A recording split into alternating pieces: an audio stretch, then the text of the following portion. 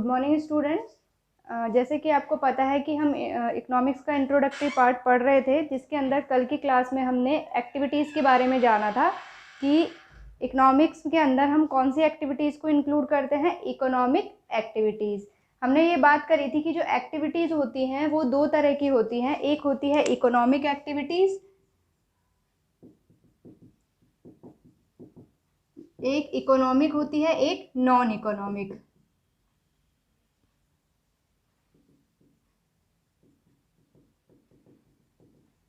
और सेकंड है आपकी नॉन इकोनॉमिक एक्टिविटी।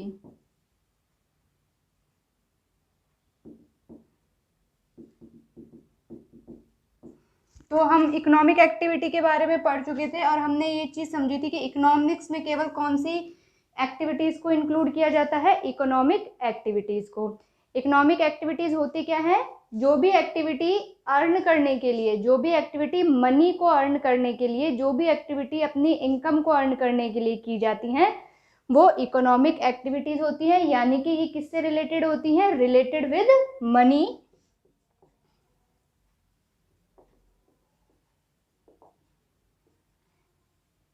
और हमने ये पढ़ा था कि इकोनॉमिक एक्टिविटीज़ को फर्दर 4 टाइप्स में डिवाइड किया गया है, जिसमें पहला हमने पढ़ा था प्रोडक्शन के बारे में, सेकंड कंजम्पशन के बारे में, थर्ड डिस्ट्रीब्यूशन के बारे में, और लास्ट फोर्थ था एक्सचेंज। ये हमने चारों एक्टिविटीज़ जो है इनको हमने डिटेल में समझ लिया था। प्रोडक्शन क्या होता है? जो भी किसी भी प्रोडक्ट को बनाने का जो प्रोसेस होता है, किसी भी प्रोडक्ट को बनाने का जो प्रोसेस होता है वो प्रोडक्शन कहलाता है। कंजम्पशन क्या होता है? जब भी कोई चीज़ जब बन के तैयार होती है तो जब उसको यूज़ किया जाता है, उसको क्या किया जाता है? कंज्यूम किया जाता है, यूज़ किया जाता है। जैसे आपने फ्रिज या टीवी खरीदा और उसको यूज़ किया, टीवी देखने के काम में लिया, फ्रिज को चीज़ों को वो ख़राब ना हो इसलिए उसमें रखना आपने शुरू कर दिया। तो यानी कि आपने क्या करा? टीवी और फ्रिज का कंजम्पशन किया। तो ये हो गया आपका कंजम्पशन। थर्ड था डिस्ट्रीब्यूशन। डिस्ट्रीब्यूशन में हमने ये पढ़ा था कि जो भी इनकम होती है या जो भी इनकम है उसको फैक्टर ऑफ प्रोडक्शन, यानी कि जिन जिन चीज़ों से प्रोडक्शन किया जाता है, जिनकी हेल्प से प्रोडक्शन किया जाता है, उनमें इनकम का डिस्ट्रीब्यूशन। कौन कौन सी चीज़ों से प्रोडक्शन किया जाता है? आपके पास लैंड होनी चाहिए, लेबर होनी चाहिए, कैपिटल और एंटरप्रेन्योर। तो ये जो चारों फैक्टर ऑफ प्रोडक्शन है, इसमें जो भी बिजनेस होता है उससे जो प्रॉफिट अर्न होता है, जो भी इनकम अर्न होती है, तो उसको इनमें किस तरह से डिस्ट्रीब्यूट किया जाता है, वो होता है आपका डिस्ट्रीब्यूशन। और लास्ट हमने पढ़ा था एक्सचेंज। एक्सचेंज में हमने क्या पढ़ा था? दो तरह का एक्सचेंज होता है, एक मॉनेटरी एक्सचेंज होता है और एक बार्टर सिस्टम।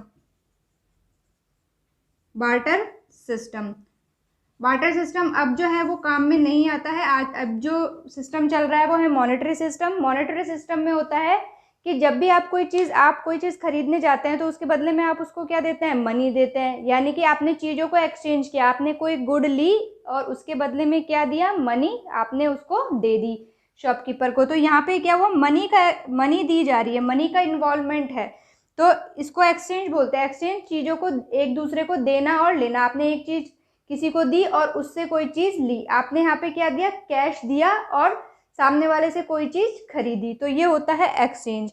बार्टर सिस्टम जो है वो पहले काम में लिया जाता था, इसमें मनी का इन्वॉल्वमेंट नहीं होता था, इसमें गुड्स का एक्सचेंज किया जाता था। जैसे अगर मेरे पास राइस है और सामने वाले के पास वीट है, मैं उसको राइस दे दूंगी, वो मुझे वीट दे देगा, तो यहाँ पे गुड्स का एक्सचेंज किया जाता था। ये सिस्टम जो है वो आजकल नहीं चलता है, मॉनेटरी सिस्टम ही काम में लिया जाता है। तो ये थोड़ा सा मैंने आपको दोबारा से रिवाइज करा दिया कि इकोनॉमिक एक्टिविटी क्या होती है, और इकोनॉमिक एक्टिविटीज़ जो हैं उसको फर्दर 4 टाइप्स में डिवाइड किया गया है। और अब हम नेक्स्ट पढ़ेंगे non economic activity. Non economic activities क्या होती हैं?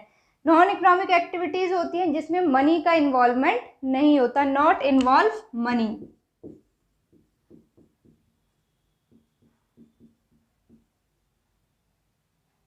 मनी का इन्वॉल्वमेंट नहीं होता है। जैसे मैं आपको इसका एक एग्जांपल बताती हूँ। जैसे आप एक टीचर है, जब एक टीचर किसी स्टूडेंट को पढ़ाता है जब टीचर किसी स्टूडेंट को पढ़ाता है तो यहाँ पे वो जो टीचर है वो अपनी एक जॉब कर रहा है और उसके बदले में क्या ले रहा है, सैलरी ले रहा है। तो यहाँ तो वो हो गया इकोनॉमिक एक्टिविटी। लेकिन जैसे एक मदर है, मदर अपने बच्चों को पढ़ाती है। मदर अपने बच्चों को क्यों पढ़ाती है? क्योंकि वो अपने बच्चों से प्यार करती है। तो यहाँ पे क्या हुआ कि वो अपने बच्चों से अब पैसे थोड़ी लेगी, मनी थोड़ी लेगी उसके बदले में। वो किस लिए पढ़ा रही है? क्योंकि वो उसके बच्चे हैं और वो उनसे प्यार करती है। तो इस तरह की जो एक्टिविटीज़ होती है, जैसे मदर अपने बच्चों के लिए खाना बनाती है, तो क्या है कि क्या वो उस जो वो कुकिंग का जो वो काम कर रही है उसके बदले में कोई अपने बच्चों से पैसा लेगी? नहीं लेगी। मनी लेगी? नहीं लेगी। तो जो इस तरह की एक्टिविटीज़ होती हैं उनको क्या बोला जाता है? Non economic activity. और जो ये जो एक्टिविटीज़ होती हैं ये लव या अफेक्शन या सिंपैथी की वजह से की जाती है। जैसे आप अपने फ्रेंड के लिए कोई काम कर दें और उसके बदले में उससे आप कोई पैसा ना ले, क्योंकि आपको क्या है, उससे अपने दोस्त से, अपने फ्रेंड से यहाँ पे प्यार है, उससे सिंपैथी है। तो आप क्या करोगे? उससे कोई पैसा नहीं लोगे और उसको आप काम करके दे दोगे। तो इस तरह की जो एक्टिविटीज़ होती हैं वो होती हैं नॉन इकोनॉमिक एक्टिविटी। और इकोनॉमिक्स में हम केवल इकोनॉमिक एक्टिविटीज़ को ही इन्वॉल्व करते हैं, क्योंकि हमारा सब्जेक्ट ही क्या है? इकोनॉमिक्स। मनी से रिलेटेड, वेल्थ से रिलेटेड जो एक्टिविटीज़ हैं उनके बारे में पढ़ना। ठीक है, तो ये आपका जो है इकोनॉमिक नॉन इकोनॉमिक एक्टिविटी यहाँ पे आपकी कंप्लीट हो जाती है। हमने अभी तक ये पढ़ा है कि इकोनॉमिक्स होती क्या है, इकोनॉमिक्स को हम क्यों पढ़ते हैं, और इकोनॉमिक्स जो है उसके अंदर दो तरह की एक्टिविटीज़ को हमने समझा था, एक इकोनॉमिक और एक नॉन इकोनॉमिक। और ये जाना था कि केवल हम इकोनॉमिक एक्टिविटीज़ को ही इकोनॉमिक्स को पढ़ते हुए काम में लेते हैं, जो इकोनॉमिक एक्टिविटीज़ हैं उनको हम इन्वॉल्व नहीं करते हैं।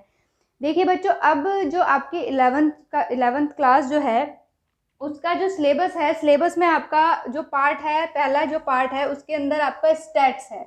तो यहाँ तक तो आई थिंक आप लोगों को समझ में आ गया होगा कि बेसिक की इकोनॉमिक्स है क्या।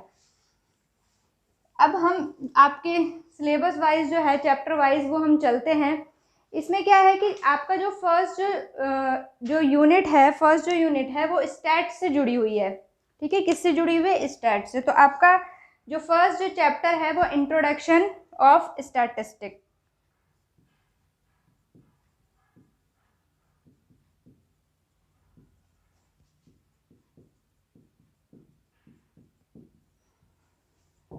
इसके अंदर जो हम पहला जो पार्ट पढ़ रहे हैं, स्टैट्स वाला पार्ट पढ़ रहे हैं। और स्टैट्स के पार्ट को स्टार्ट करने से पहले हम इसके बारे में जानेंगे कि स्टैटिक्स क्या होती है और क्या क्या चीज़ें इसमें की जाती हैं। तो देखो, सबसे पहला है पहले हम इसका मीनिंग जानेंगे कि स्टैटिक्स का मीनिंग क्या होता है, कि स्टैटिक्स है क्या। मीनिंग ऑफ स्टैटिक्स, देखो बेसिकली जो स्टैटिक्स है, स्टैट्स जो है वो आपका वो है डाटा। स्टैट्स का मतलब क्या होता है? डाटा। ठीक है, स्टैटिस्टिक्स इज अ डाटा। इसको ऐसे भी आप लिख सकते हैं, इट इज अ डाटा। ये क्या है? एक डाटा है, जैसे जो कि किसी न किसी फैक्ट को बताता है। इट इज़ अ डाटा, और ये क्या करता है? किसी न किसी फैक्ट को बताता है। जैसे इसका एक बहुत ही सिंपल एग्जांपल हम लेते हैं। हम आपके घर से ही बात करते हैं, हम कहते हैं भाई आपके घर में कितने पंखे हैं, आपके घर में कितने पंखे लगे हुए हैं। आप बोलोगे, कोई बोलेगा 3, कोई बोलेगा 4, कोई बोलेगा 5। ये क्या बता रहा है? आपके घर के फ़ैन का डाटा। क्या बता रहा है? आपके घर के फ़ैन का डाटा, कि आपके घर में कितने फैंस जो हैं वो लगे हुए हैं। तो स्टैटिक्स क्या होती है? स्टैटिक्स होती है डाटा जो कि किसी न किसी फैक्ट को बताती है। जैसे और भी एग्जांपल ले सकते हैं, जैसे आप ये बता दो कि आपके घर में कितने एसी लगे हुए हैं, आपके घर में कितने गिलास हैं, आपके घर में कितनी कटोरियां हैं। ठीक है, ये क्या है? ये डाटा बता रही है, ये कोई ना कोई इन्फॉर्मेशन आपको प्रोवाइड करवा रही है, कोई ना कोई इन्फॉर्मेशन। डाटा क्या होता है? डाटा का मतलब क्या होता है? जैसे हम ये बात करते, हम कहते हैं कि भाई जैसे स्कूल का डाटा दो। अब डाटा में जैसे हम ये बात कर लें कि स्कूल में बच्चे कितने हैं, टोटल स्टूडेंट्स कितने हैं, तो जो टोटल स्टूडेंट्स हैं उनकी काउंटिंग की जाएगी, कितने स्टूडेंट्स हैं। तो वो क्या इन्फॉर्मेशन है? वो आपको ये बता रहा है कि इस पर्टिकुलर स्कूल में इतने स्टूडेंट्स पढ़ते हैं। तो वो क्या हुआ, स्टूडेंट का डाटा। अब इसको और भी कर सकते हैं कि कितने स्टूडेंट्स 11th क्लास में हैं, कितने 12th में हैं, कितने 9th में हैं, कितने 10th में हैं, कितनों के पास बायो है, कितनों के पास कॉमर्स है। तो आप क्या करोगे, ये सब कैलकुलेशन होती है, काउंटिंग होती है। तो ये क्या बता रहा है, उस स्कूल के बारे में बता रहा है, उस स्कूल का डाटा है जो उस स्कूल की कोई ना कोई इन्फॉर्मेशन आपको प्रोवाइड करवा रहा है। या हम ये कहते हैं ना कि इस स्कूल के इतने बच्चे, इतना % रिजल्ट गया, इतने बच्चे मेरिट में आए, हम ये बात करते हैं। तो यानी कि वो एक डाटा है। जैसे हम ये बात करें, इंडिया में इतनी पॉपुलेशन है, इंडिया में मेल्स इतने हैं, फीमेल्स इतने हैं, ये सब क्या है, डाटा है। जो इस डाटा का कोई ना कोई मतलब होता है, इस डाटा से हम कोई ना कोई इन्फॉर्मेशन जो है वो कलेक्ट करते हैं, इससे हमें कोई ना कोई इन्फॉर्मेशन मिलती है। तो ये तो बात हुई आपकी डाटा की। अब हम बात करें कि डाटा जो होता है वो 2 तरह का होता है। डाटा, ये तो हो गया कि भाई डाटा जो है वो स्टैटिक्स है। स्टैटिक्स का मीनिंग आपको समझ में आ गया। स्टैटिक्स का मतलब क्या होता है कि ये जो है वो एक डाटा है जो कि आपको क्या प्रोवाइड कराता है, कोई ना कोई फैक्ट प्रोवाइड कराता है। इसको हम आगे और लिख लेते हैं। स्टैटिस्टिक्स प्रोवाइड इंफॉर्मेशन और फैक्ट। ठीक है, स्टैटिक्स क्या है, एक डाटा है और ये क्या प्रोवाइड कराता है, कोई ना कोई इंफॉर्मेशन प्रोवाइड कराता है, कोई ना कोई फैक्ट हमको प्रोवाइड करवाता है। ठीक है, अब मैंने आपको ये बताया कि अब डाटा जो है, डाटा को, अब यहाँ पे एक प्रॉब्लम आती है कि कौन सा डाटा, स्टैट्स में हम कौन से डाटा को इन्वॉल्व करेंगे। डाटा जो है वो 2 तरह का होता है, एक तो क्वालिटेटिव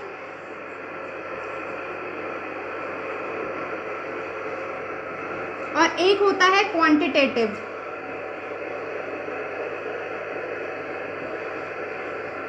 एक होता है क्वालिटेटिव डाटा और एक होता है आपका क्वांटिटेटिव डाटा। अब ये होता क्या है, क्वालिटेटिव डाटा होता है जो कोई ना कोई क्वालिटी बताता है, जो किसी की कोई क्वालिटी बताता है। जैसे हम ये बात करें कि यार ये जो पर्सन है ये बहुत स्मार्ट है, ये बहुत सुंदर है, स्मार्ट, ब्यूटीफुल, ये बहुत क्या है, लंबा है, या ये बहुत छोटा है, इसका वेट बहुत ज़्यादा है, वेट बहुत कम है। यानी कि कोई क्वालिटी बता रहा है, लेकिन कितनी, न्यूमेरिकल फॉर्म्स में नहीं बता रहा है। वो केवल ये कि ये ज़्यादा है या कम है, ये सुंदर है या नहीं है, ये मोटा है, ये पतला है। लेकिन यहाँ पे कोई मैथमेटिक्स टर्म्स यूज़ नहीं की जा रही, कोई नंबर्स यूज़ नहीं किए जा रहे हैं। नॉट यूज़ एनी नंबर, कोई नंबर यूज़ नहीं किया जा रहा है। यहाँ पे केवल क्या बताया जा रहा है, उस पर्सन की क्वालिटी को बताया जा रहा है कि ये लंबा है, ये छोटा है, या इसका साइज, ये मीडियम साइज़ का है, ये लॉन्ग साइज़ का है।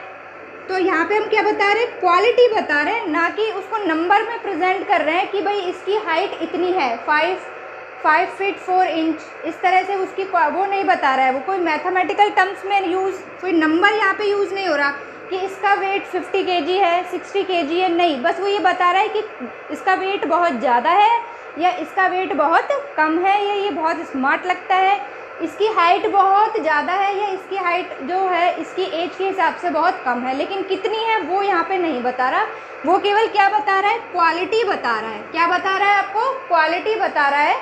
और नेक्स्ट देखिए यहाँ पे है ये है क्वांटिटेटिव डाटा। नेक्स्ट जो आपका है क्वांटिटेटिव डाटा, ये क्वांटिटी बताता है। क्या बताता है, क्वांटिटी, नंबर्स।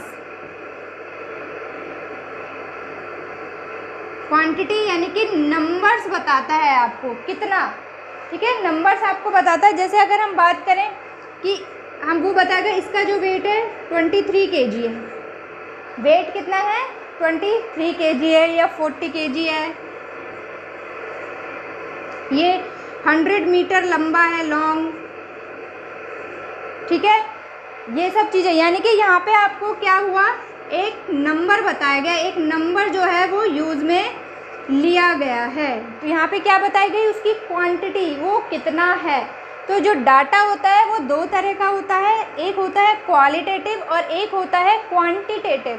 क्वालिटेटिव क्वालिटी, जिसके नाम से ही समझ में आ रहा है, ये क्वालिटी बताता है, सुंदर है, बदसूरत है, मोटा है, पतला है, लेकिन कितना है उसका जो मेज़रमेंट है वो क्वांटिटेटिव में होता है, जो क्वांटिटी बताता है कि इसका वेट 23 kg है या इसका वेट 40 kg है। ठीक है, तो हम जो है जब स्टैट्स की हम बात करेंगे तो हम जो उसमें डाटा काम में लेंगे वो लेंगे क्वांटिटेटिव डाटा। कौन सा डाटा हम काम में लेंगे? Quantitative data. अब देखिए यहाँ तक आपको समझ में आ गया होगा कि स्टैट्स होती क्या है, और स्टैट्स बेसिकली क्या होती है, कोई डाटा होता है जो कि कोई फैक्ट को बताता है, कोई इन्फॉर्मेशन को बताता है, और जो डाटा है वो भी दो तरह का होता है, क्वांटिटेटिव और क्वालिटेटिव। तो क्वालिटेटिव जो होता है वो क्वालिटी बताता है किसी की, और क्वांटिटेटिव क्वांटिटी बताता है, नंबर्स बताता है आपको। ठीक है, अब हम नेक्स्ट इसमें हम पढ़ेंगे कि स्टैट्स का स्कोप क्या है। जो स्टैटिस्टिक है आपकी उसका स्कोप क्या है? स्कोप ऑफ स्टैटिस्टिक, स्कोप मतलब होता है एरिया। स्कोप का मतलब क्या होता है? एरिया, यानी कि हम स्टैट्स के अंदर क्या क्या चीज़ें करी जाती हैं। ठीक है, डाटा अभी हमने पढ़ा डाटा से रिलेटेड होता है, तो यानी कि डाटा कलेक्शन का काम तो इसमें होता ही होता है। अब और कौन कौन सी ऐसी चीज़ें हैं जो स्टैट्स के अंदर की जाती हैं? स्कोप मतलब क्या होता है? उसका एरिया, यानी कि उसके अंदर एरिया, कोई भी जिसे आपसे कोई भी कहता है कि इसका स्कोप क्या है, किसी भी चीज़ का स्कोप क्या है, तो यानी कि उसमें आपको क्या बताया जाएगा कि इसके अंदर क्या क्या चीज़ें आप कर सकते हो। जैसे हम ये बोलते हैं आपने इकोनॉमिक्स लिया या आपने कॉमर्स लिया, तो इसका आगे स्कोप क्या है? यहाँ पे आप स्कोप से क्या समझते हैं यार? आप MBA कर सकते हो, आप CA कर सकते हो, आप CS कर सकते हो, ये यानी कि आप क्या क्या कर सकते हो या इसके अंदर क्या क्या काम जो है वो किया जाता है, वही होता है कोई स्कोप। तो जो स्कोप है, जो स्टैट्स का स्कोप है, उसको भी 2 पार्ट्स में डिवाइड किया गया है, एक सिंगुलर सेंस में और एक प्लूरल सेंस में। ठीक है, तो जो स्कोप है उसको हम दोबारा फर्दर 2 पार्ट्स में डिवाइड करेंगे, सिंगुलर और प्लूरल।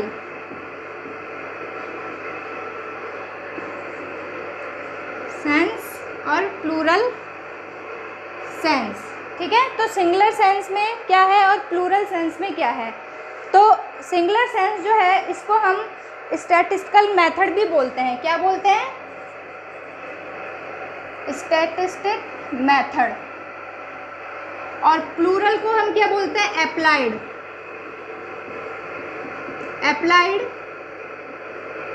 मेथड। क्या बोलते हैं? Applied method.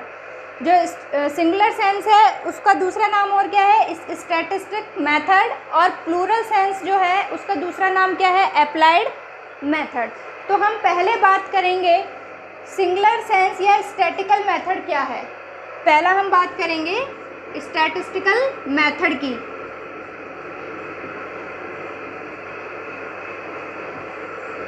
स्टैटिस्टिकल मेथड की हम बात करेंगे तो इसके अंदर देखिए क्या होता है। स्टैटिस्टिकल मेथड क्या करता है? स्टैटिस्टिकल मेथड में क्या किया जाता है? स्टैटिस्टिकल मेथड में सबसे पहले डाटा का कलेक्शन किया जाता है। क्या किया जाता है? डाटा का कलेक्शन। डाटा को आप क्या करते हो? कलेक्ट। हमने अभी क्या बोला कि स्टैटिक्स क्या है? एक डाटा जो आपको कोई ना कोई इन्फॉर्मेशन देता है। अब वो डाटा आएगा कैसे?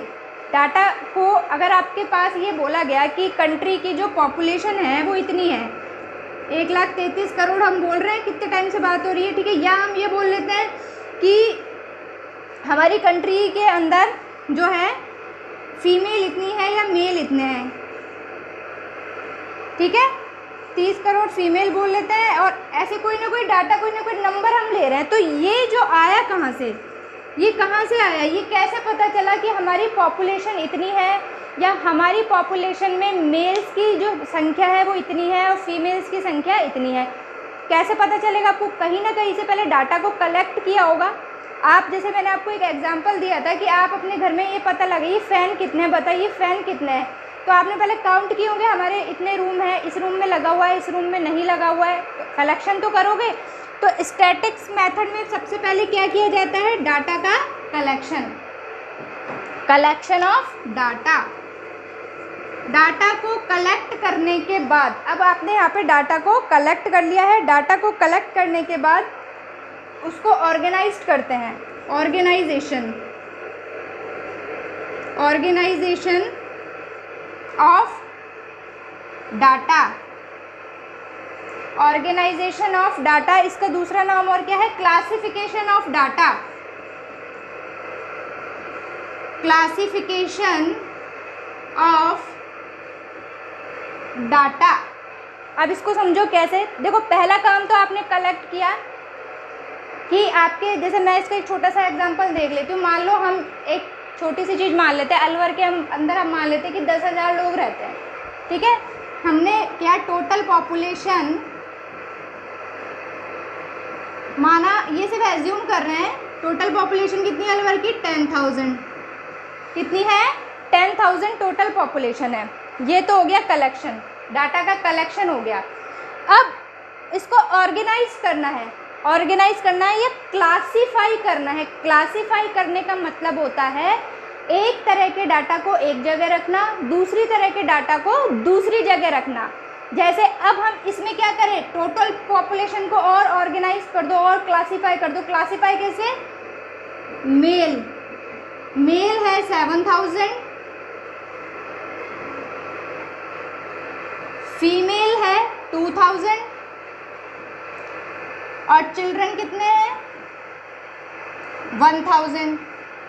तो यानी कि जो आपने डाटा कलेक्ट किया उसको और ऑर्गेनाइज्ड कर दिया और क्लासीफाई कर दिया। मेल का डाटा अलग रख दिया, फीमेल का डाटा आपने अलग रख दिया और चिल्ड्रन का डाटा आपने अलग रख दिया। यानी कि आपने जो डाटा कलेक्ट करा उसको क्लासीफाई कर दिया, उसको और ऑर्गेनाइज्ड मैनर में तैयार कर दिया। तो आपको समझ में आया। जैसे इसका और एक बहुत छोटा सा एग्जांपल आपके अकाउंट से रिलेटेड मैं आपको बताती हूँ। देखिए आप क्या करते हो, जैसे कोई भी बिजनेसमैन होता है वो डेली उसके यहाँ से कोई ना कोई सामान खरीदा जाता है और वो भी कहीं ना कहीं से खरीदता है, सप्लाई करने के लिए वो भी कहीं ना कहीं से खरीदता है। यानी कि वो परचेज और सेल दोनों काम करता है। अब वो क्या करता रहता है, जैसे मान लो 1 तारीख है, 1 तारीख को उसने अपनी शॉप खोली और शॉप खोलने के बाद उसने स्टार्ट कर दिया कि भाई मेरी इतनी सेल हुई, मैंने इतनी सेल की, इतनी मैंने परचेज़ किया, ठीक है। वो एक जगह एक कॉपी में लिखता जाता है, मैंने मोहन को इतना दिया, मैंने सोहन को इतना दिया, ठीक है। अब वो उसने लिखते गया, एक ही कॉपी में लिख लिया उसने ये सब क्या करा, एक ही कॉपी में लिखा। मोहन को कितना सेल किया, सोहन से कितना परचेज किया, रोहित को कितना सेल किया, वो मतलब एक कॉपी में लिखता जा रहा है। अब जब उससे लास्ट में पूछेंगे कि आपने टोटल सेल कितनी करी, उससे जब लास्ट में ये पूछा जाएगा कि आपने टोटल सेल कितनी की, तो उसको शुरू से अपने पन्ने पे काउंटिंग करनी पड़ेगी। यार एक सेल मैंने यहाँ पे की थी, एक यहाँ पे की थी, एक यहाँ पे की थी, तो उसको कितना टाइम लगेगा। ये तो सिर्फ उसका डाटा को उसने कलेक्ट किया, अपने डाटा को उसने रिकॉर्ड कर लिया। अब वो क्या करेगा, इस प्रॉब्लम को दूर करने के लिए वो इस डाटा को ऑर्गेनाइज कर देगा, इस डाटा को क्लासीफाई करेगा। वो कहेगा कि मैं सेल का एक अलग अकाउंट बनाऊंगा, सेल को अलग जगह रखूंगा, ये मैंने सारा नोट कर लिया। अब मैं एक अलग रजिस्टर बनाऊंगा जिसमें केवल सेल के बारे में लिखूंगा, एक अलग रजिस्टर बनाऊंगा जिसमें मैं केवल परचेज के बारे में लिखूंगा, एक अलग रजिस्टर बनाऊंगा जिसमें केवल मोहन से होने वाली एंट्रीज को लिखूंगा। अब क्या होगा, जब भी उससे कोई पूछेंगे आपकी इस मंथ की सेल कितनी है, वो फटाफट अपना सेल वाला रजिस्टर खोलेगा और बता देगा मेरी इतनी सेल हुई। परचेज पूछेंगे तो परचेज वाला बता देगा। अगर उससे कोई पूछेगा कि इस महीने आपने मोहन के साथ कितने ट्रांजैक्शंस किए, तो फटाफट से वो मोहन का अपना रजिस्टर खोलेगा, अब बता देगा। अब उसने क्या करा, जो उसने एक कॉपी में पूरा डाटा जो कलेक्ट किया था उसको अलग अलग तरीके से क्लासीफाई करके लिख दिया, अलग अलग तरीके से उसको ऑर्गेनाइज कर दिया। तो ऑर्गेनाइजेशन आपको समझ में आ गया होगा कि एक तरह के डाटा को एक जगह रखा जाता है, दूसरी तरह के डाटा को दूसरी जगह रख देते हैं, ऑर्गेनाइज्ड हो जाता है। जैसे एक और एग्जांपल, अगर जैसे आपके यहाँ पे आप किसी भी स्कूल में पढ़ने जाते हैं और वहाँ पे क्लासेज ही नहीं है, वहाँ पे क्लास ही नहीं है, पता ही नहीं चलेगा 9th क्लास में कौन पढ़ रहा है, 10th क्लास में कौन पढ़ रहा है। अभी तो स्कूल में ये बता दिया कि 4000 बच्चे पढ़ते हैं, ये बताया 4000 बच्चे पढ़ते हैं, ये तो हो गया कलेक्शन।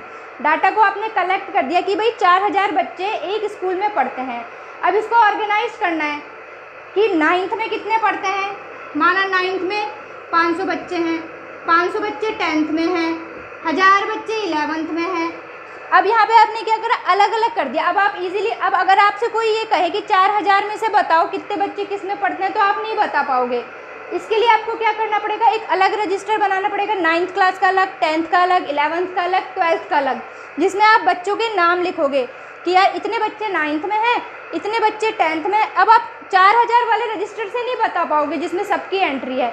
आपको अगर ये पता लगाना है कि 9th में कितने बच्चे पढ़ते हैं, तो आपको 9th का रजिस्टर उठाना पड़ेगा। 10th में कितने बच्चे पढ़ते हैं, तो आपको 10th का रजिस्टर उठाना पड़ेगा। तो ये जो होता है आपका, वो होता है ऑर्गेनाइज करना डाटा को क्लासीफाई करना। तो आपको पहला समझ में आया कि जो स्टैटिक मेथड होता है उसमें सबसे पहले तो क्या किया जाता है, डाटा को कलेक्ट किया जाता है। डाटा को कलेक्ट करने के बाद उसको ऑर्गेनाइज किया जाता है। ऑर्गेनाइज करने के बाद उसका टैबुलेशन किया जाता है। थर्ड है आपका टैबुलेशन। फर्स्ट हो गया कलेक्शन, सेकंड ऑर्गेनाइजेशन और थर्ड होता है टैबुलेशन। टैबुलेशन क्या होता है, जो डाटा है उसको टेबल के फॉर्मेट में बना देना।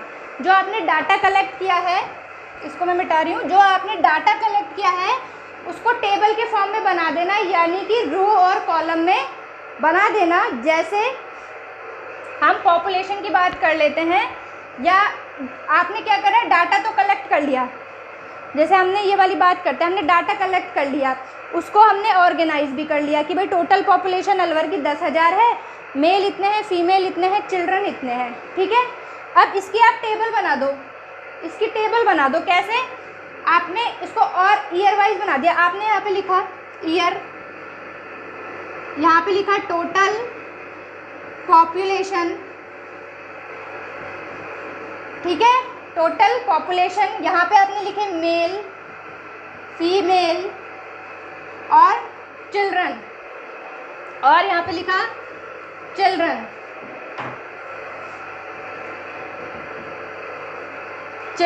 ठीक है। अब आप क्या करोगे, इसके रो और कॉलम बनाएं। ये देखिए, ये हो गई आपकी टेबल तैयार हो गई। ईयर लिख लिया 2001 में, 2002 में टोटल पॉपुलेशन, 2003 में माना इसमें 10,000 थी, इसमें 15,000 थी, इसमें 20,000 थी। मेल कितने थे, 7,000, फीमेल 2,000, चिल्ड्रन 1,000, ठीक है।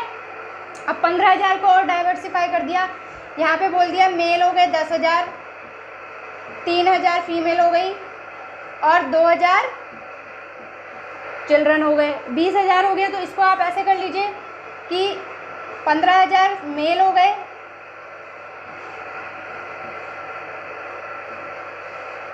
7,000 फीमेल्स हो गई, 15, 13, 14, 15, ये हो गई 15,000 हो गए आपके मेल।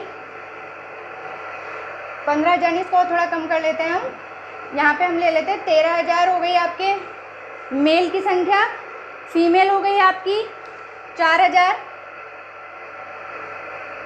और 3,000 हो गए आपके चिल्ड्रन, ठीक है। यहाँ पे आपने ईयर लिया, यहाँ पे आपने टोटल पॉपुलेशन ली और बताया मेल कितने हैं, फीमेल कितने हैं, चिल्ड्रन कितने। आपने क्या करा, रो और कॉलम में बना दिया। इस डाटा को कैसे कर दिया, रो और कॉलम में बना दिया। ये आपने क्या बनाई, इसकी एक टेबल बनाई। तो टैबुलेशन यही होता है, जो ऑर्गेनाइज्ड डाटा है उसको जब आप टेबल के फॉर्म में बना लेते हो, उसको रो और कॉलम के फॉर्म में बना लेते हो, तो वो आपका क्या कहलाता है, टैबुलेशन कहलाता है। टैबुलेशन के बाद आपको क्या करना है, प्रेजेंटेशन। टैबुलेशन टेबल बन गई। अब टेबल बनाने के बाद आपको क्या करना है, इसको प्रेजेंट करना है। टैबुलेशन के बाद जो नेक्स्ट है आपका फोर्थ इसमें स्टेट्स में, वो है presentation. Presentation of data. Presentation किस में, ग्राफ्स में या चार्ट्स में। प्रेजेंटेशन किस में, ग्राफ्स और चार्ट्स ग्राफ्स और चार्ट्स में जो आपने टेबल बनाई, इस टेबल के डाटा को जब आप ग्राफ में या चार्ट में बनाओगे तो वो क्या कहलाता है? प्रेजेंटेशन। जैसे आपने ये टेबल आपने बनाई, इसको अगर आप इस तरह से ग्राफ में बना दें कि यहाँ तो है ईयर, यहाँ पे ईयर है और यहाँ पे पॉपुलेशन, यहाँ पे आपने लिख दिया पॉपुलेशन OXOY 1 2 3 4 2001 2002 2003 2004, ठीक है। ईयर, पॉपुलेशन कितनी है? 10 15 20 25 5000 10,000 15,000 20,000 और 25,000। अब 2001 में पॉपुलेशन कितनी थी? 10,000। 2001 में 10,000, ठीक है। 2002 में 15,000, एक ये हमने बना दी 15,000। 2002 में 15,000। 2003 में 20,000। 2003 में हो गई आपकी 20,000। ये देखिए ये 20,000 है। तो आपने क्या करा, ये जो डाटा है इसको आपने एक ग्राफ के फॉर्म में बना दिया, चार्ट के फॉर्म में बना दिया, तो ये आपका क्या कहलाएगा? Presentation of data. तो आपको ये समझ में आ गई ये चार चीज़ें कि पहले तो डाटा को कलेक्ट किया जाता है, फिर उसको ऑर्गेनाइज किया जाता है, यानी कि एक तरह के डाटा को एक जगह, दूसरी तरह के डाटा को दूसरी जगह रखते हैं, फिर उसकी टेबल बनाते हैं।